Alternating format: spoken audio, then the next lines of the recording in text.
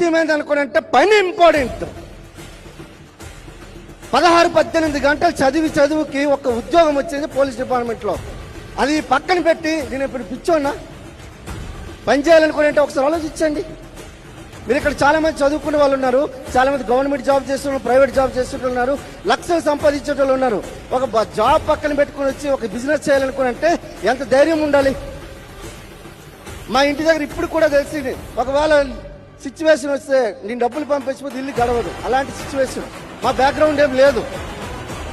అట్లాంటి బ్యాక్గ్రౌండ్ నుంచి ఒక బిజినెస్ పట్టుకొని వచ్చి నేను బయటకు వెళ్ళిపోతే మా మేడం ఇలా తిలకం దిద్ది దాసు చలో బిజినెస్ చేయరా అని అంటదనుకుంటుంది ఆమె. పాపం ఏమంటది, ఏం పర్వాలే. మా నాన్న మా అమ్మ అట్లా అనేటోళ్ళు కాదు. ఇక పిచ్చి పట్టిందిరా, ఆమె డిగ్రీ చదివింది, నువ్వో డిగ్రీ చదివో, నీకు మంచి ఉద్యోగం ఉంది, అమ్మాయికి మంచి భవిష్యత్తు ఉంది, ఎంబీఏ చేసుకున్నది, నీకెందుకురా పిచ్చి, ఆ సబ్బులు శాంపులు పెట్టుకొని తిరుగుతావు ఎందుకురా అనుకో చెప్పు. ఒక్కటే ఫస్ట్ చెక్ అయితే ఎవరో నన్ను అవమానించలే. మా నాన్న ఫోన్ చేశాడు, మా అమ్మ ఫోన్ చేసింది. 1100 రూపాయల చెక్ గురించి బయటికి వెళ్ళి నువ్వు కోడలి పిల్ల బయటికి వెళ్ళి పని చేస్తారా, మీకేమైనా పిచ్చారా?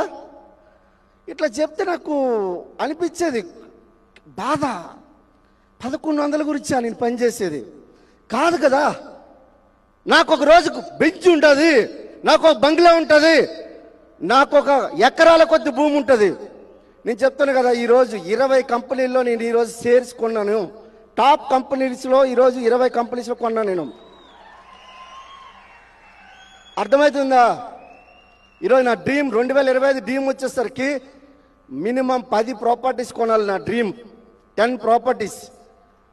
ఒకసారి చూడండి, కార్లు ఉన్నాయి, ఇల్లున్నాయి, ఎకరాల కొద్ది భూమి ఉంది, అయినా కూడా వచ్చి పనిచేస్తున్నాను అనుకుంటే డిసెంబర్ 2025 ఉంది కదా, అది పురుషోత్తమ దాసు 50 లక్షల రూపాయలు చెక్ రావడానికి రాసి పెట్టుకున్నా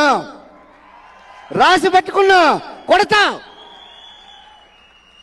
నేను చెప్పడం కాదు, నా గోడలు చెప్తాయి, మా ఇంటి గోడలు చెప్తాయి. వెళ్ళి అడగండి, మా ఇంటి గోడలు మాట్లాడితే మీతో పురుషోత్తమ దాస్ ఏం చేయబోతున్నా, పూర్ణ ఏం చేయబోతుందని చెప్పి